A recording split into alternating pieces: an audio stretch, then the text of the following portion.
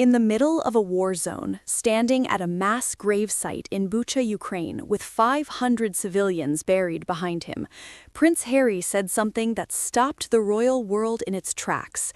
6 years after he walked away from the institution, 6 years after the Oprah interview and the memoir and the documentary and every public accusation and every painful revelation, 6 years of California and Netflix and wellness retreats and independence and building something new on his own terms, he looked at the camera and said this: "I will always be part of the royal family, and I am here working, doing the things that I was born to do, and I enjoy doing it. I will always be part of the royal family." And back in London, at almost exactly the same moment, the British Parliament was moving forward with legislation that could strip him of the title that makes that sentence mean anything at all. That is the story. That is the collision.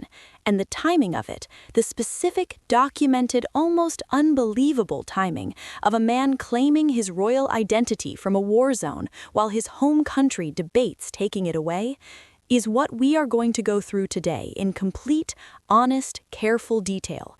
Because this is bigger than a YouTube title. This is a genuine turning point in the Harry and Meghan story, and I do not think most people have fully understood yet what it means. If you want to follow this properly, if you want the kind of breakdown that goes through the actual statements, the actual bills, the actual implications rather than just the headlines, subscribe right now. One tap, I will be here. Let's start with Ukraine, because you need the full picture of what Harry did and said there before the parliamentary story makes complete sense. Harry arrived in Kyiv on Thursday, April 23rd. He did not fly. He took an overnight passenger train from Poland, the same route that most visiting dignitaries take into Ukraine given the security situation. He arrived at Kyiv railway station in the early morning and was photographed stepping onto the platform, relaxed, purposeful, looking like a man who knew exactly where he was and why he was there. This was his third visit to Ukraine since Russia's full-scale invasion in 2022. Not his first, not a publicity stunt, his third. He has been going back consistently, quietly, without the kind of media operation that surrounds his and Meghan's joint appearances. Each time he goes, the focus is the same: the Invictus Games Foundation, which supports wounded military personnel, and the Halo Trust demining charity that his mother, Princess Diana, made famous when she walked through a minefield in Angola in 1997. That Diana connection is worth dwelling on for a moment, because it is not incidental to the story, it is central to it. In Bucha, the town where Russian forces are accused of executing 500 civilians during a month-long occupation in 2022, Harry drove into the woods at dawn to visit Halo Trust demining teams. He was shown drone technology and artificial intelligence systems being used to detect landmines more quickly. He saw robotic devices used to neutralize tripwires. He stood where his mother's work, continued by the people she inspired, is literally saving lives every single day. He described the experience as standing in the shadow of his mother's work. He talked about the images of Diana in Angola.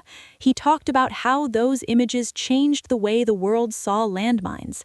And he talked about continuing that work, not as a celebrity, not as a brand exercise, but as the son of a woman who understood that if you had a platform and you did not use it for something real, you had wasted it. That is the Harry who showed up in Ukraine. Not the Harry of the wellness retreat, not the Harry of the Netflix deal, the Harry who joined the military at 18, who served 2 tours in Afghanistan, who founded the Invictus Games because he watched his fellow soldiers come home broken and wanted to give them something to fight for in a different arena. And from that place, from Bucha, from a mass grave, from the shadow of his mother's legacy, he gave the interview that changed the conversation. When a reporter asked him directly about leaving the royal family and whether he felt the shackles had been removed, he said something unexpected. He said what worried him most was living in a world where anyone in his position could not speak about the realities they were seeing. He said he needed to feel empowered to speak truth to power. He said he did not want to feel gagged because everything was considered too political. And then he said it, the line that has reverberated across the royal world since Thursday morning. "I will always be part of the royal family." And that is the sentence I need you to understand in context, because it is not a throwaway comment. It is not diplomatic small talk. It is a deliberate, considered statement made by a man who has spent 6 years constructing a very specific public narrative, the narrative of someone who left the royal family because it was damaging and constraining, and who is now, from a war zone in Ukraine, saying something that fundamentally complicates that narrative. "I will always be part of the royal family." Think about the people that sentence is directed at. It is directed at his father, King Charles, with whom the relationship has been publicly fractured since 2020 and privately fractured for longer. It is directed at his brother, William, with whom the breakdown has been so severe and so painful that the two men can barely be in the same room. It is directed at the institution he walked away from, at the courtiers who feel he betrayed them, at the country that largely feels he abandoned it. And it is directed at the British Parliament, which brings us to the second half of this story. Let me walk you through the parliamentary situation carefully, because it is being misrepresented in a lot of places, and the accurate version is both more interesting and more alarming than the simplified version. There is not one bill. There are two, and they work differently and have different implications. The first is a private member's bill called the Removal of Titles Bill, introduced in the House of Commons in October 2025. This bill proposes a general power for the king to remove any title, either on his own initiative or following a recommendation from a joint parliamentary committee. It also includes, notably, a power for the king to remove a title at the request of the person who holds it. The bill had its second reading in March 2026. The second is a removal of peerages bill, introduced in January 2026, which gives the House of Lords greater power to remove titles and peerages from people who have brought the upper chamber into disrepute. This legislation is expected to appear in the King's Speech in May 2026, which is weeks away. Now, here's the critical context that most of the coverage is leaving out. Neither of these bills was written specifically for Harry. Both were triggered primarily by a separate and entirely unrelated controversy involving a senior British political figure whose peerage became a major source of embarrassment for the government. The political class wanted a faster, cleaner mechanism for removing titles when the holder had become a liability. Harry is not the primary target. He is the most famous potential casualty. But here's what makes it genuinely relevant to Harry specifically. The Removal of Titles Bill explicitly includes a power to remove the Duke of Sussex. Because Harry is not a peer in the traditional sense, he's a duke, which is a different category. The existing mechanisms for removing peerages would not necessarily apply to him without this kind of specific legislation. If this bill passes, for the first time in modern history, there would be a legal mechanism through which Harry's title, the title on which his and Meghan's commercial operation depends, could be removed by the king, following a parliamentary recommendation.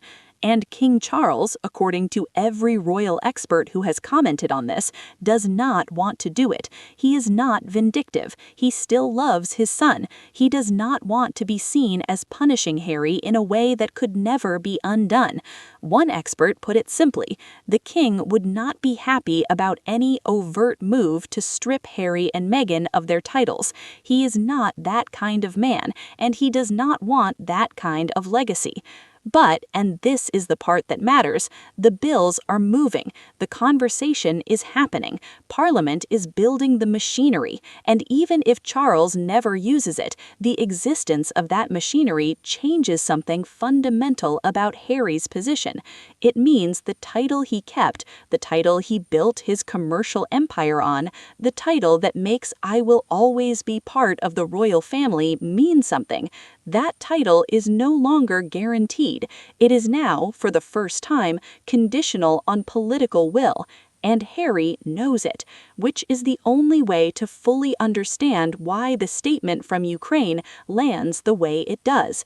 Because consider the alternative. Harry could have said nothing about the royal family. He could have given his speech at the Kyiv Security Forum, visited the Halo Trust demining teams, spent time with Invictus Nines, made his political statement about American leadership and Russian war crimes, and said nothing about his identity, about his family, about belonging. He chose not to do that. He chose, in Ukraine, to assert something, to plant flag, to look at a camera and say, "I will always be part of the royal family," in the same week that Parliament is debating the mechanism by which that identity could be taken from him. That is not an accident. Nothing Harry does in front of cameras is an accident.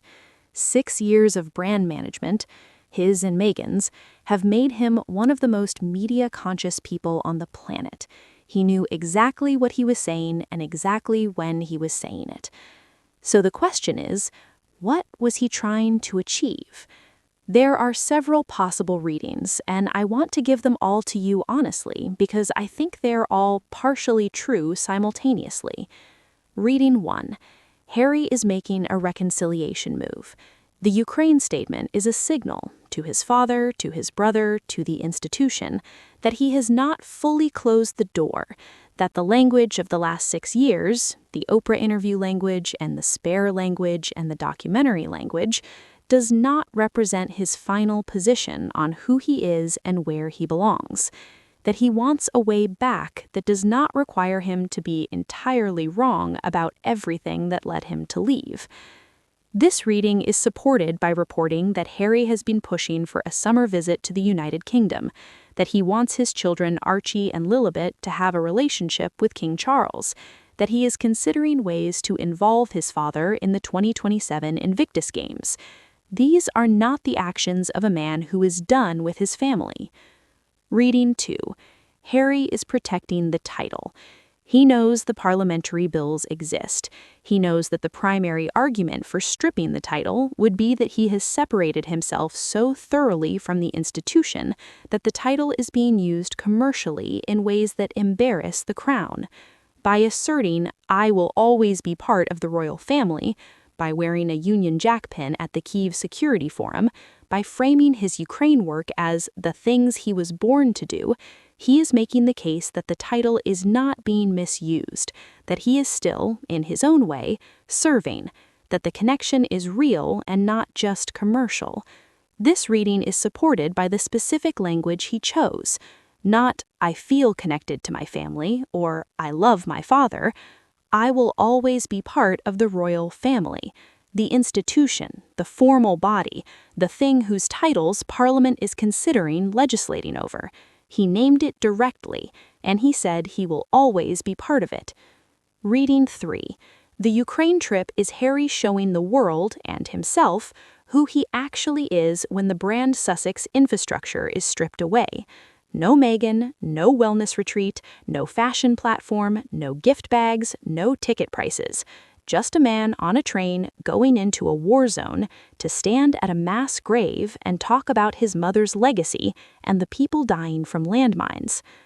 This reading connects to everything that has been visible about Harry throughout the Australia tour and in the months before it, the growing discomfort with the commercial direction of their joint operation, the reports that he has found Hollywood to be just a bore, the way his face looks different at the War Memorial and the Children's Hospital than it looks at the Netflix party, the way the Melbourne Summit audience went quiet when Harry stopped performing and started telling the truth about his mother. In Ukraine, without Meghan, without the brand apparatus, doing the thing he described as what he was born to do, Harry looks like a different person from the one who stood at the edge of a Sydney wellness retreat and watched his wife leave after 2 hours to go to the rugby. And all 3 of those readings point at the same thing. Whether it is about reconciliation, or about protecting the title, or about finding himself again outside the brand, all 3 of them suggest a man who has understood something in the last few weeks that he perhaps had not fully understood before, that the distance between who he says he is and who he actually is has become too large to maintain comfortably, and that closing that distance requires saying something that 6 years of Brand Sussex narrative has made very difficult to say. I will always be part of the royal family. Now, what does Meghan think about that sentence? I cannot answer that question. Nobody outside of the house in Montecito can answer it. But I can tell you what the sentence means for the commercial operation they have built together, because the implications are significant. The entire Brand Sussex proposition, the Netflix deals, the wellness retreats, the fashion platforms, the speaking fees, the as ever jam, is built on a specific and carefully maintained narrative. The narrative of 2 people who chose freedom over institution, who refused to be constrained by a family and a system that did not protect them, who walked away and built something new and independent on their own terms. That narrative requires a certain relationship to the phrase royal family, a relationship of having left it, of having transcended it, of being something new rather than something that was always there. I will always be part of the royal family directly complicates that narrative, not fatally, not irrevocably, but visibly, and in a way that raises a question that the brand has always tried to avoid. If Harry will always be part of the royal family, if the connection is permanent, intrinsic, something he was born to, then what exactly did he and Meghan leave in 2020, and what exactly have they been selling since? That question does not have a clean answer, but the fact that Harry raised it himself, publicly, in Ukraine, in the same week that Parliament is building the machinery to strip his title, that is a development that changes the shape of this story in ways that will take months to fully understand. What comes next? The King's speech is in May 2026. The legislation will either be included or it will not. If it is included, the bills will begin their formal parliamentary process. They may pass, they may not. They may pass and never be used, or they may pass and, at some point, under circumstances nobody can predict, be used in a way that reshapes everything. And Harry will be in California, or in Ukraine, or somewhere else doing the things he was born to do, wearing a Union Jack pin, saying he will always be part of the royal family, and waiting to find out whether the institution he will always be part of agrees. The timing says everything, and nobody has a clean answer for what it says yet.